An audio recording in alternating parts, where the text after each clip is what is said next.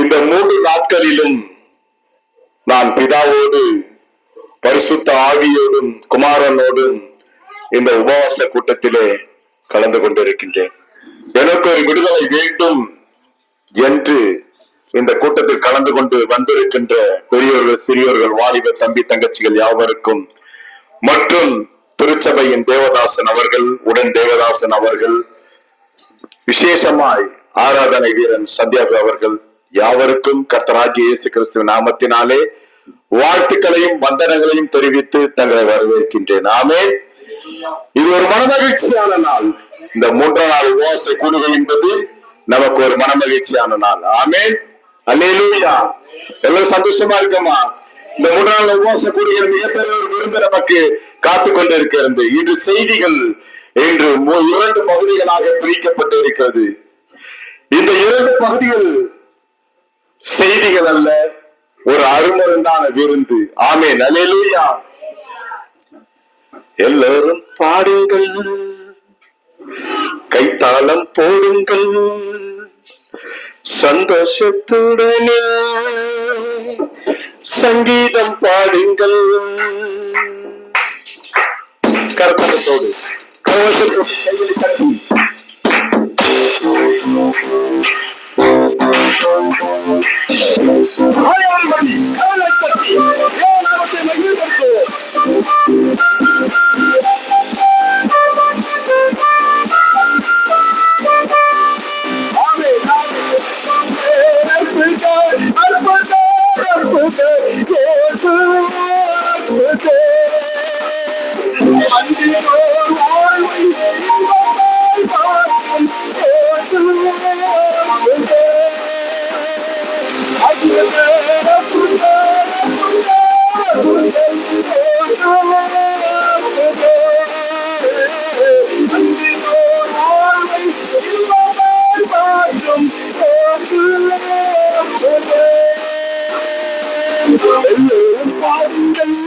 கைகாலம் போடுங்கள், சந்தோஷத்தோடு சங்கீதம் பாடுங்கள்.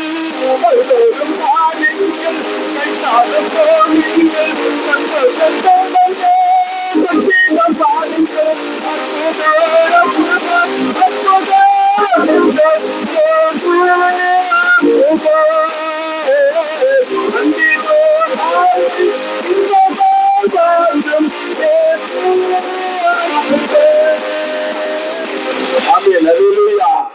அந்த அற்புத தெய்வம் இந்த 3ஆம் நாளிலே வியாகுலத்தோடு வந்திருக்கின்றோம், வியாதிகளோடு வந்திருக்கின்றோம், மன கஷ்டத்தோடு வந்திருக்கின்றோம், நெருக்கத்தோடு வந்திருக்கின்றோம். நீங்க எல்லோரும் இந்த உபவாச கொடுக்கல 3 நாள் உபவாசம் இருக்கிறீங்களா இல்லைன்றது பிதாவுக்கு தெரியும். ஆனா மிகப்பெரிய பாரத்தோடு இந்த திட்டத்தை தீட்டிய தேவதாசர்கள் அந்த 3 நாட்கள்ல கற்ப வேதனையை தரித்து இந்த 3 நாளிலையும் வருகின்ற பிள்ளைகள் விடுதலை ஆக வேண்டுமே என்று சொல்லி அவர்கள் திறப்பின் வாயிலில் நின்று இருப்பார்கள். ஆமென். அல்லேலூயா. இந்த 3 நாள் உபவாசத்துல இருக்கேன் அப்படின்னு சொல்றவங்களா கை தூக்குங்களேன். பெரிய காரியம் இன்னைக்கு ஆண்டவர் வாய்க்க செய்ய போறாரு. ஆமென். அல்லேலூயா. 3 நாளும் நான் உபவாச கூடுகையில் இருக்கின்றேன். இன்னைக்கு கர்த்தர் பெரிய காரியத்தை வாய்க்க செய்ய போறார். 3 நாளும் உபவாச கூடிய இல்லாத பிள்ளைகளையும் கர்த்தர் பெரிய காரியங்களை வாய்க்க செய்ய இருக்கின்றார். கரங்களை தட்டி தேவநாமத்தை மகிமைப்படுத்துவோம்.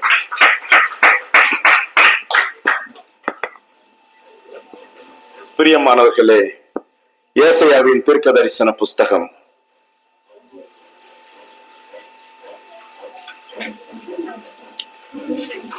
58வது அதிகாரம் 1 to 5 வசனங்கள்.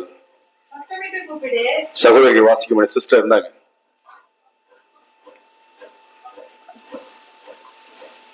சத்தமிட்டு கூப்பிடு, அடங்கிக் கொள்ளாதே. எக்காலத்தை போல் உன் சத்தத்தை உயர்த்தி என் ஜனத்துக்கு அவர்கள் மீறுதலையும் யாக்கோப்பின் வம்சத்தாருக்கு அவர்கள் பாவங்களையும் தெரிவி. தங்கள் தேவனுடைய நியாயத்தை விட்டு விலகாமல் நீதியை செய்து வருகிற ஜாதியாரை போல் அவர்கள் நாடேறும் என்னை தேடி என் வழிகளை அறிய விரும்புகிறார்கள். நீதி நியாயங்களை என்னிடத்தில் விசாரித்து தேவனிடத்தில் சேர விரும்புகிறார்கள். நாங்கள் உபவாசம் பண்ணும்போது நீர் நோக்காமல் இருக்கிறது என்ன? நாங்கள் எங்கள் ஆத்துமாக்களை ஒடுக்கும் போது நீர் அதை அறியாமல் இருக்கிறது என்ன என்கிறீர்கள். இதோ நீங்கள் உபவாசிக்கும் நாளிலே உங்கள் இச்சையின்படி நடந்து உங்கள் வேலைகளை எல்லாம் கட்டாயமாய் செய்கிறீர்கள். இதோ வழக்கும் வாதுக்கும் துஷ்டத்தனத்தை உடைய கையினால் குத்துகிறதற்கும் உபவாசிக்கிறீர்கள். நீங்கள் உங்கள் குக்குரலை உயரத்தில் கேட்க பண்ணும்படியால் இந்நாளில் உபவாசிக்கிறது போல் உபவாசியாதிருங்கள். மனுஷன் தன் ஆத்மாவை ஒடுக்குகிறதும் தலைவணங்கி நாணரை போல் இரட்டியலும் சாம்பலிலும் படுத்துக் கொள்கிறதிலும் எனக்கு பிரியமான உபவாச நாளாய் இருக்குமோ?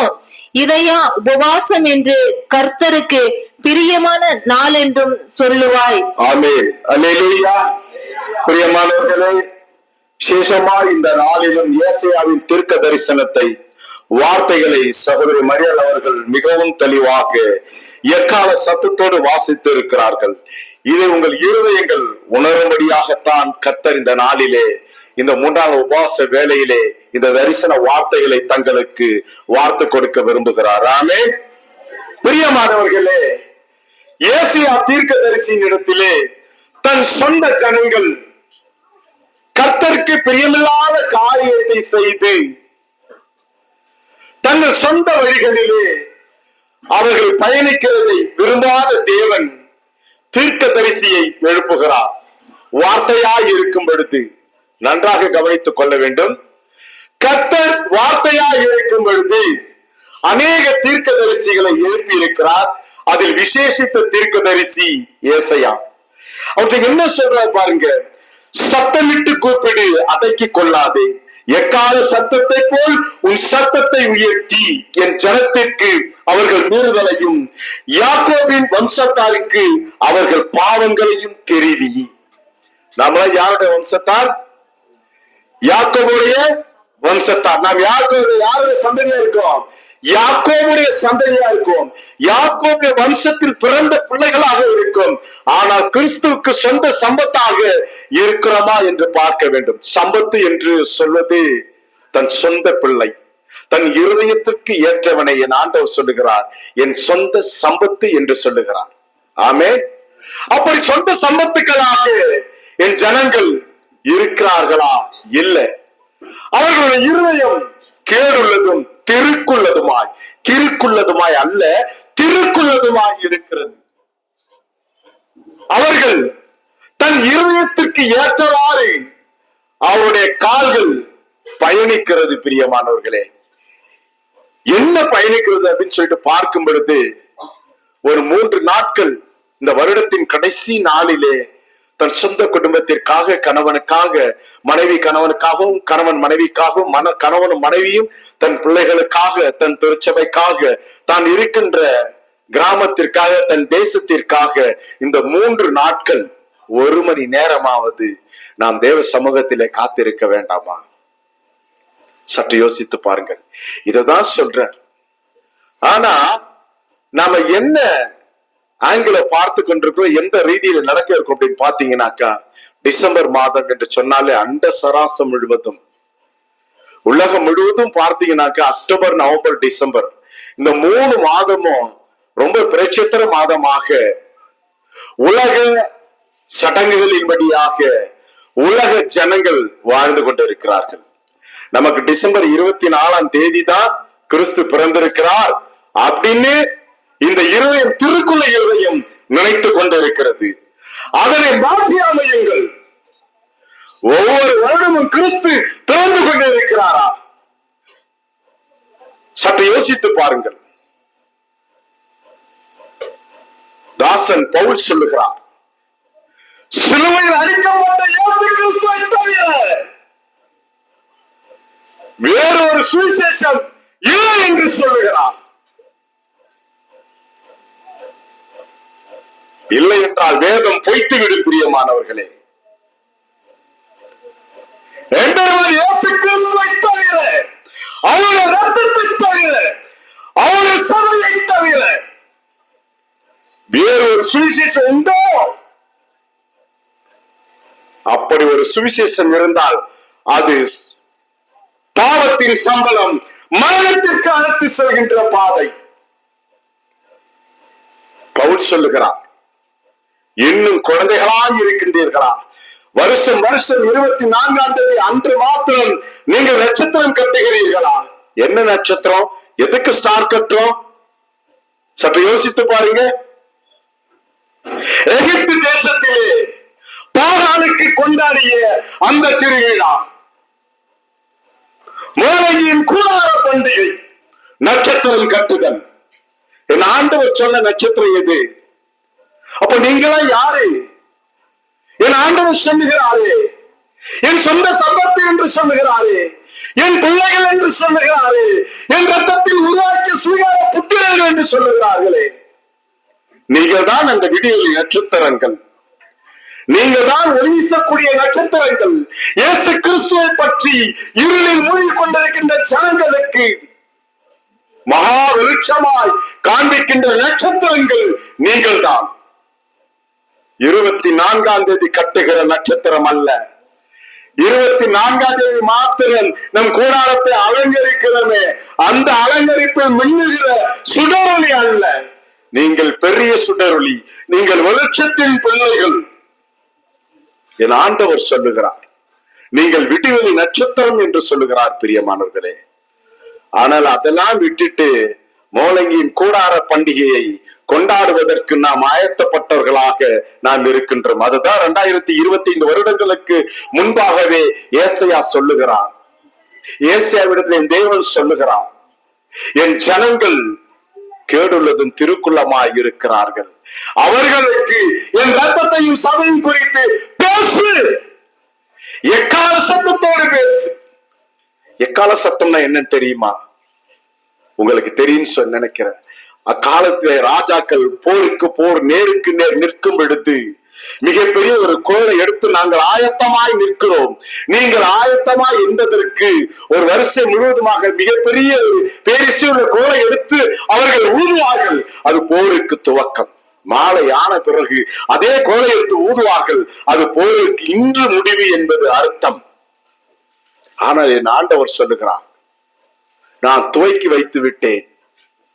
நீங்கள் முடிவில்லாத எக்கால சத்தத்தோடு அழிந்து கொண்டிருக்கின்ற ஜனங்கள் மத்தியிலே சிலுவையில் அடிக்கப்பட்ட இயேசு கிறிஸ்துவை குறித்து பேச வேண்டும் என்று விரும்புகிறார்.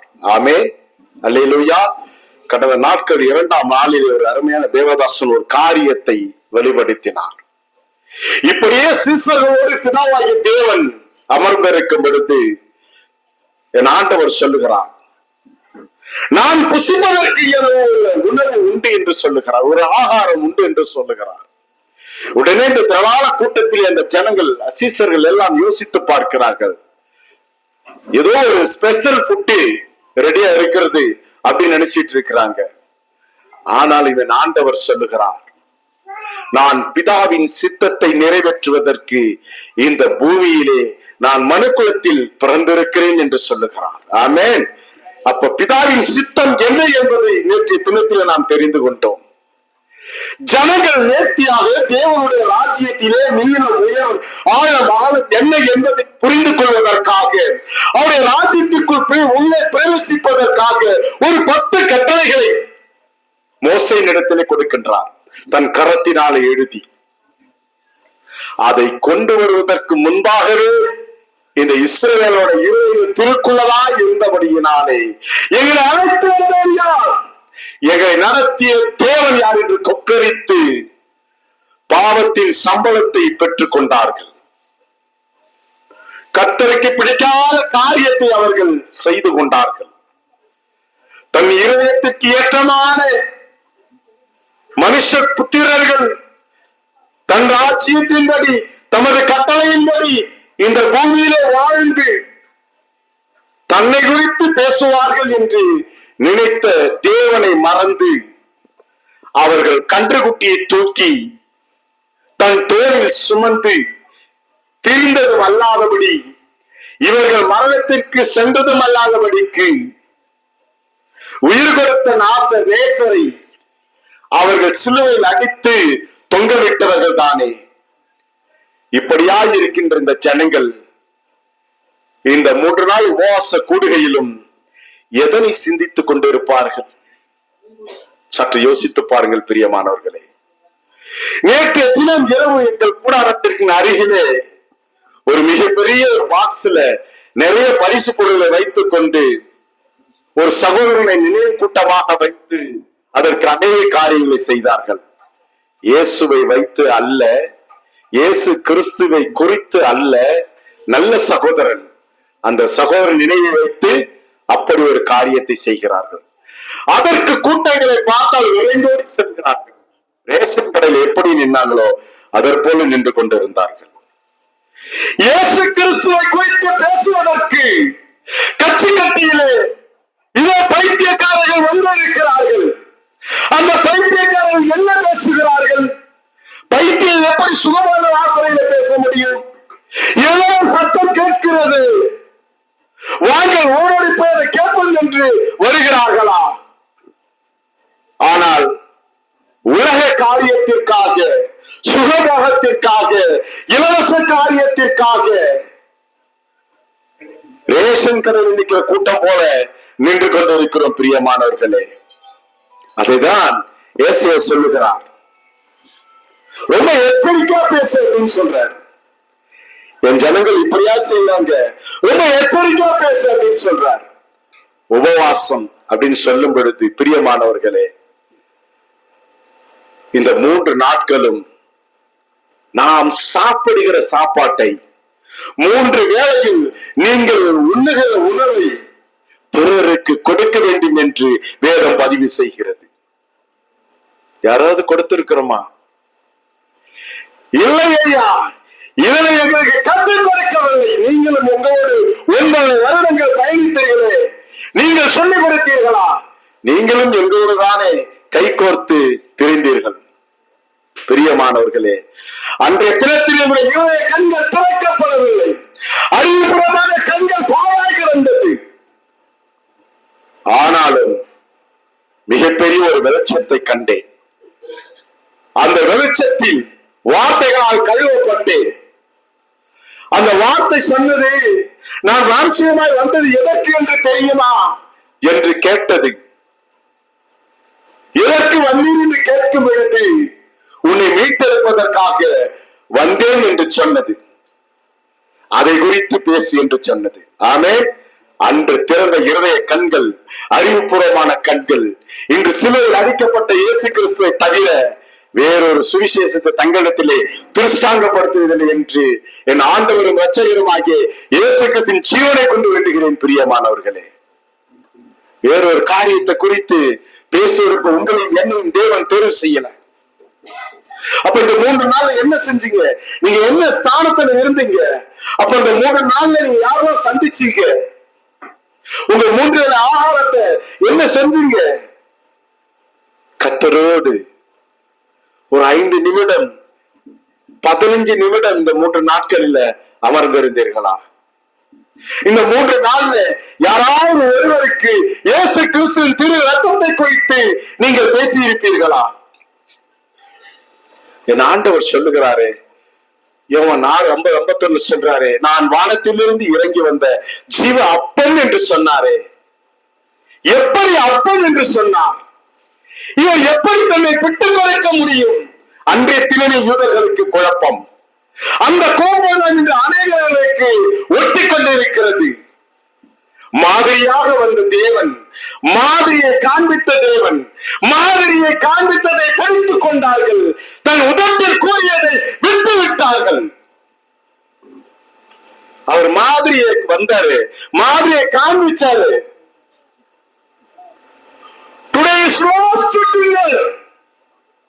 இன்னைக்கு நான் உங்களோட சாப்பிடுறது கடைசி இரவுன்னு சொன்னேன். அதன் பிறகு அவர் என்ன சொன்னார் என்பதை யோசித்து பார்த்தோமா? அப்பத்தை எடுக்கிறாரு, சீசருக்கு கையில கொடுக்கிறாரு. அப்படியே ஒவ்வொருத்தங்களும் பிட்டு பிட்டு தனக்குரிய பங்கு எடுத்துக்கிட்டு அப்படியே ரோலா திரும்பி வந்து கத்தரத்துல கொடுக்கிறாங்க. அது எதனை குறிக்கிறது? யோசித்து பார்த்தீர்களா? இந்த அப்பம் போல நான் ராஜாக்கள் மத்தியிலே அனுப்பப்பட போயிருக்கிறேன் சொல்றார். அவமானப்படுத்தப்பட போறேன்னு சொல்றார். இந்த அப்பத்தை எப்படி பிடுறாங்களோ அதை போல என்னை நியாயம் தீர்ப்பதற்கு ஒவ்வொரு ராஜாக்களுக்கும் என்னை அனுப்ப இருக்கிறார்கள். என்னை குற்றவாளியாய் நிறுத்த இருக்கிறார்கள். இந்த அப்பம் பிடுகிறது போல என் சரீரத்தை வாரினால் அடித்து கிழித்து பிரிய இருக்கிறார்கள் என்பதை என் தேவன் பரிசுத்த ஆவியானவர் உங்களை உணர்த்தவில்லையா? அந்த அப்பத்தை எடுத்து மாதிரியை தானே காண்பித்தார். அந்த மாதிரியை இன்னைக்கு செஞ்சுட்டு இருக்கிறோமே, என்ன அர்த்தம்? இது தவறாக இருந்தால் கர்த்தரை கொண்டு போடட்டும். என்னை உருவாக்கிய என் ஆண்டவர் சூழலை கொண்டு வேண்டுகிறேன். என்ன அப்பம்? என் ஆண்டவர் பிடப்படுறத உங்களுக்கு மாதிரியா காண்பிச்சாரே, அந்த மாதிரியை பிடித்துக் கொண்டு இன்னும் தரை கொண்டு அலைகிறீர்களே, இதுதான் உபவாசமா? சற்று யோசித்து பாருங்கள். என் ஆண்டவர் உபவாசித்தார். அந்த உபவாசம் எப்படி இருந்தது? படித்து பாருங்கள் பிரியமானவர்களே. அதன் பிறகு அந்த கோப்பையில் இருக்க திராட்சரசத்தை எடுக்கிறாரு. இது என் ரத்தத்தினால் உருவாகிய புதிய உடன்படிக்கைன்னு சொல்றாரு. அதை கண்டுபிடித்தோமா? அடித்து பிடிந்து சிலுவையில் தொங்க விட்டு அந்த ரத்தத்திலே உடன்படிக்கையை உருவாக்கினாரு. அது என்ன உருவாக்கினார்? அதை நான் வருமளவும் கூர்ந்து செய்யுங்கள் என்று சொன்னாரே. பிரியமானவர்களே, யாராவது அதை செய்திருக்கிறோமா? மாதிரியை காண்பித்துக் கொண்டு இன்னும் ஜனங்களை பாழான கிணத்துக்குள் அனுப்பி கொண்டு இருக்கின்றோம். இன்னும் மாதிரியை பிடித்துக் கொண்டு தரிப்புண்டு அலைகிறோம். உபவாச நாளிலே பிறருக்கு உன் உணவை கொடு என்று என் தேவன் சொல்லுகிறார். யாருக்காவது கொடுத்து இருக்கின்றமா? 1 to 12 1 மணி வரை உபவாசம் முடித்தோட ஊழியக்காரர் டயர்டாயிடக்கூடாதுன்னு சொல்லிட்டு ஒரு காஃபி கொடுக்குறாங்க. அதை குடிச்சிடலாம். அது உபவாசமா? இல்லை, தன்னை வைத்துக் கொண்டு சாமலையோ போன்று கொண்டு 3 நாளைக்கு ஐயோ கொய்ய என்று கலந்து கொண்டு இருக்கின்றது. அது உபவாசமா? எனக்கு பிடித்த நாளா? என் ஆண்டவர் கேட்கிறார். இனி உபவாசம் என்பது என்ன என்பதை நீங்கள் புரிந்து கொள்ள வேண்டும் பிரியமானவர்களே. தேவனுக்கு பிரியமான காரியங்களை செய்வதுதான் எனக்கு உகந்த உபவாசம் என்று சொல்லுகிறார். 3 நாள் பட்டினி கிடந்துட்டு 72 மணி நேரம் பட்டினி சிறை இருந்துட்டு முகத்தை வாடகை வச்சுட்டு என்னன்னு கேட்டாக்க நான் உபவாசத்துல இருக்கேன்னு சொல்லிட்டு என்னோட துணையார் சொல்றது. சற்று யோசித்து பாருங்கள். வருடந்தோறும் மோகனின் கூடார பண்டிகையை நாம் அடையாளம் காட்டுவது உபவாசமா? உங்கள் சரீரம் பாழாகிறது. தேவன் தங்குகிற ஆலயம் இருந்து கிடக்கிறது. நான் என்ன செய்வேன்? இதுதான் ஏசியா அன்னைக்கு கத்தி கதறினார். உங்கள் சரீரம் பாழாக கிடக்கிறது. தேவன் தங்குகிற ஆலயமான மனிதன் என்கின்ற சரீரம் பாழாக கிடக்கிறது. அவன் இருதயம் கேடலும் துருக்குள்ளதுமாய் இருக்கிறது. சரி, அப்ப சரீரம் சொல்றீங்களே, அதுதான் ஆலயம் சொல்றீங்களே. இப்ப நாங்க வாரந்தோறும் நம்ம எல்லாம் கூடி செவிக்கிறோமே, இந்த இடத்துக்கு அப்ப என்னையா பேரு? அப்ப இது ஆலயம் இல்லையா? என்ன அர்த்தத்துல பேசுறீங்க?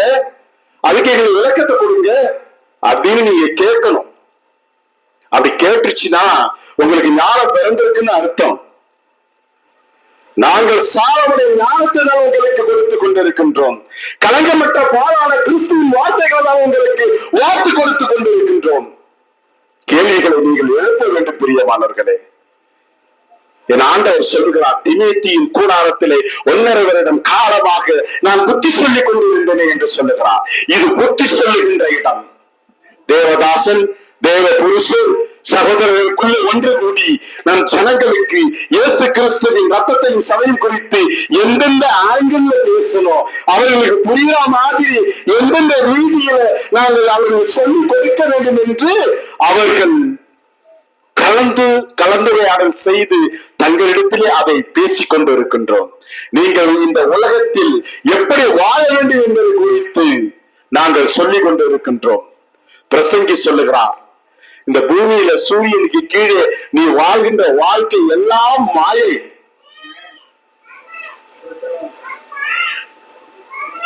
ஒரு பந்துல காத்தடிச்சு அந்த பந்தை விளையாடும் போது பறந்துகிட்டே இருக்கும். அதுல காத்து குறைஞ்சிச்சுன்னு பந்து பறக்காது. சுத்தமா காத்து போன சவுத்து போய் நிற்கும். அத போலதான் மனிதனுடைய வாழ்க்கை. பரிசுத்த ஆவியுடைய வல்லமான மகிமை, அவருடைய கிருபை, அவருடைய ஆசீர்வாதம், அவருடைய பிரசன்ஸ் நமக்குள்ள இருந்தனாக்கா தேவதாசன் சொன்னது போல நாம நேர கோல் அடிக்க பாலா இருப்போம். அதெல்லாம் விட்டுட்டு உலக ரீதிக்குள்ள நாம போயிட்டோன்னு சொன்னாக்கா கோல்ல தோத்து போயிடுவோம். பிரியமானவர்களே, இததான் என் ஆண்டவர் சொல்லுகிறார், என் ஜனம் அவருடைய மூளை என்ன சொல்லுதோ, அவருடைய இருதயம் என்ன பேசுதோ அதன்படி போய்கிட்டு இருக்கிறாங்க. அவங்க இனி அதன்படி போகக்கூடாது. என் திட்டத்தையும் என் ராஜ்யத்தையும் குறித்து நீங்கள் பேச வேண்டும் என்று சொல்லுகிறார். ஆமென், அல்லேலூயா. பிரியமானவர்களே, நாம் எடுத்துக்கொள்வோம் 1 கொரிந்தியர் 3வது அதிகாரம் 17-18 வசனங்கள். ஒருவன் தேவனுடைய ஆலயத்தை கெடுத்தால் 17-18 வாசிங்க சிஸ்டர். 3:17. ஒருவன் தேவனுடைய ஆலயத்தை கெடுத்தால் 16 வாசிங்க. நீங்கள் தேவனுடைய ஆலயமாக ஆமென். இருக்கிறீர்கள் என்றும் தேவனுடைய ஆவி உங்களில் வாசமாய் இருக்கிறார் என்றும் அறியாதிருக்கிறீர்களா? ஆமென், அல்லேலூயா. பிரியமானவர்களே, உங்களுக்கு புரிகிறதா?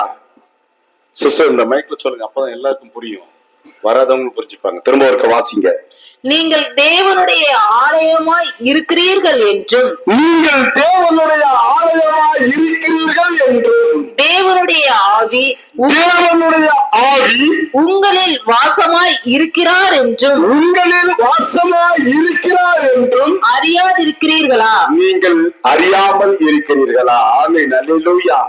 பிரியமானவர்களே, வேறொரு யுகத்துல, வேறொரு கண்டத்துல, வேறொரு அஸ்திவாரத்துல தேவன் தனக்குன்னு ஒரு மாளிகையை கட்டிக்கொண்டு அவர் இருக்கிறார் என்று நீங்கள் நினைத்துக் கொண்டிருக்கிறீர்களா? சற்று யோசித்து பாருங்கள். தேவனுக்கு என்று ஒரு கூடாரம் இருக்கிறதா? இது ஒரு 10-15 வாரங்களுக்கு மேலாக ஒரு மாளிகையிலே அவர் தங்க ஓரிலே அவர் அசையாடி கொண்டிருக்கிறார்களா? யோசித்து பாருங்கள். நாங்க சொல்லுங்க, எனது அன்பு சகோதரி மரியா வாசிக்கிறார்கள். கொரிந்தியர் நிறுவத்தில் இருப்பதுதான் உங்களுக்கு நாங்கள் சொல்லிக் கொண்டிருக்கின்றோம். நீங்கள் தான் இயேசு கிறிஸ்து தங்குகின்ற ஆலயம், ஆலயம், ஆலயம். இப்போ நாம் அமர்ந்திருக்கிறது புத்தி சொல்லுகின்ற இடம். மழை காலத்துல, வெயில் காலத்துல ஒன்னா யாரும் நம்ம கூட முடியாது. அதனால தேவ சமூகம் என்று இதனை நாம் சொல்லுகிறோம். ஆனா ஆலயம் என்பது நீங்கள் தான் பிரியமானவர்களே. கைகளால் கட்டப்பட்ட கட்டிடங்கள் எல்லாம் ஆலயம் அல்ல என்று யாரும் சொல்லுகிறது. தேவன் எங்க தங்குறாரு? உங்களுடைய சரீரம் இருதயத்துக்குள்ள இருக்கிறது இல்லையா? அந்த இருதயத்துக்குள்ள என் தேவனுடைய வார்த்தை தங்க வேண்டும் என்று சொல்லுகிறார். அவருடைய கற்பனை தங்க வேண்டும் என்று சொல்லுகிறார். அவருடைய கற்பனை உங்கள் இருதயத்தை பதிவு செய்யும் பொழுது அந்த கற்பனை என்ன சொல்லுதோ அதன்படி மூளைக்கு அதை செய்ய அனுப்போம். அந்த மூளை உங்களை செயல்களை நடத்தி காட்டும். பிரியமானவர்களே, என்ன சொல்லுது தெரியுமா? அப்ப தேவன் இங்க இருந்தாருனாக்கா எல்லாத்தையும் அன்பு காட்டுன்னு சொல்றாரு.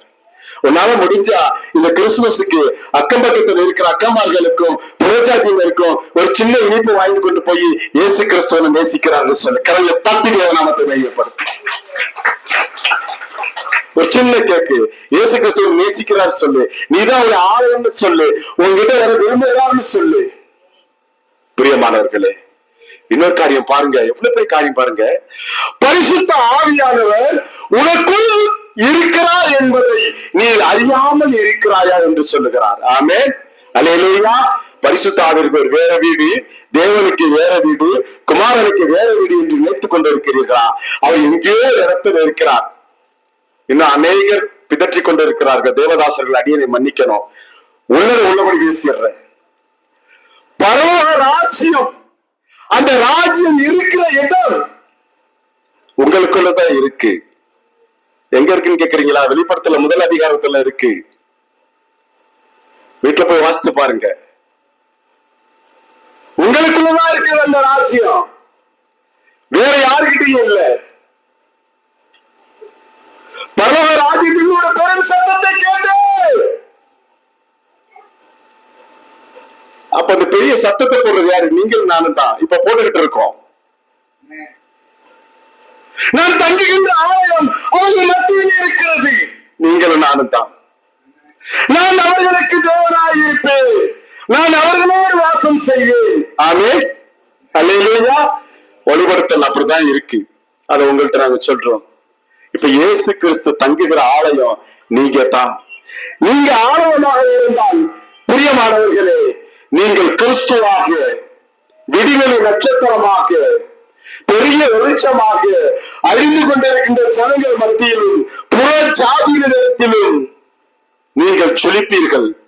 அப்பொழுது அவர்கள், அந்த இருளில் இருக்கின்ற ஜனங்கள், ஒரு பெரிய வெளிச்சத்தை கண்டே, எனது அன்பு சகோதரி மரியாதையும் எனது அன்பு சகோதரி செவகனியையும் பார்த்தேன். எப்படி பார்த்தீங்க? பிறருக்கு நீங்க கொடுக்கிறீங்க இல்லையா? பிறருக்கு உதவி செய்யுங்க இல்லையா? பிறருடைய சுமையை சுமக்கிறீங்க இல்லையா? புத்தி சொல்ற இடத்துக்கு அவங்க அழைச்சிட்டு வரீங்க இல்லையா? இத பார்ப்பேன் என்று சொல்லுகிறார். பிரியமானவர்களே, நீங்க தான் ஆலயம், உங்களுக்குள்ளதான் தேவன் தங்குகிறார். பரிசுத்த ஆவியார் உங்களுக்குள்ள இருக்கிறது உணராம இருக்கிறீங்களா? நம்ம நடந்து போயிட்டே இருக்கிறோம், ஒரு சின்ன ஸ்டோன் கல்லு நம்ம கால தடுக்க வருது. தடுக்க வந்து இந்த காலை உடனே தூக்கி பேக்ல கம்பேக் அடிக்கிறோம். அது புரியலையா? தேவன் உங்களுக்குள்ள இருக்கிறபடியினாலே, பரிசுத்த ஆவியான உங்களுக்குள்ள இருக்கிறபடியினாலே, பாதம் கல்லில் மோதாதபடிக்கு தன் கரங்களில் இயந்த வல்லவராய் இருக்கிறார். கரங்களை தட்டி தேவனாமத்தை மகிமைப்படுத்தும். ஆம் பிரியமானவர்களே, நீங்களே தேவன் தங்குகிற ஆலயமாய் இருக்கிறீர்கள். பரிசுத்த ஆவியானவர் உங்களுக்குள் இருக்கிறார் என்பதை இன்னும் அறியாதபடிக்கு நாம தான் இன்னும் எப்படி இருக்கிறோம்? புரிஞ்சு கொள்ளாத ஜனங்களாக இருக்கிறோம். புறஜாதி புறஜாதின்னு பிறரை சொல்றோம். இல்ல, நாம தான் புறஜாதி, நீங்க தான் புறஜாதியா இருக்கிறீங்க. இயேசு கிறிஸ்து உங்களுக்குள்ள இருக்கிறார். அது எப்படி நீங்க செய்து காட்டணும், அது கிரிகளை எப்படி நடத்தி காட்டணும். கிறிஸ்து ஒருவனுக்குள் இருந்தால் அவன் எப்படி இருப்பான்? நறுமணமாக இருப்பான். பிரியமானவர்களே, ஆமென், அல்லேலூயா. அந்த 18வது வசனம் வாசிப்பதை நாம் வாசித்து முடித்துக் கொள்வோம். வாசியுங்கள். 1 கொரிந்தியர் 3வது அதிகாரம் 18வது வசனம்.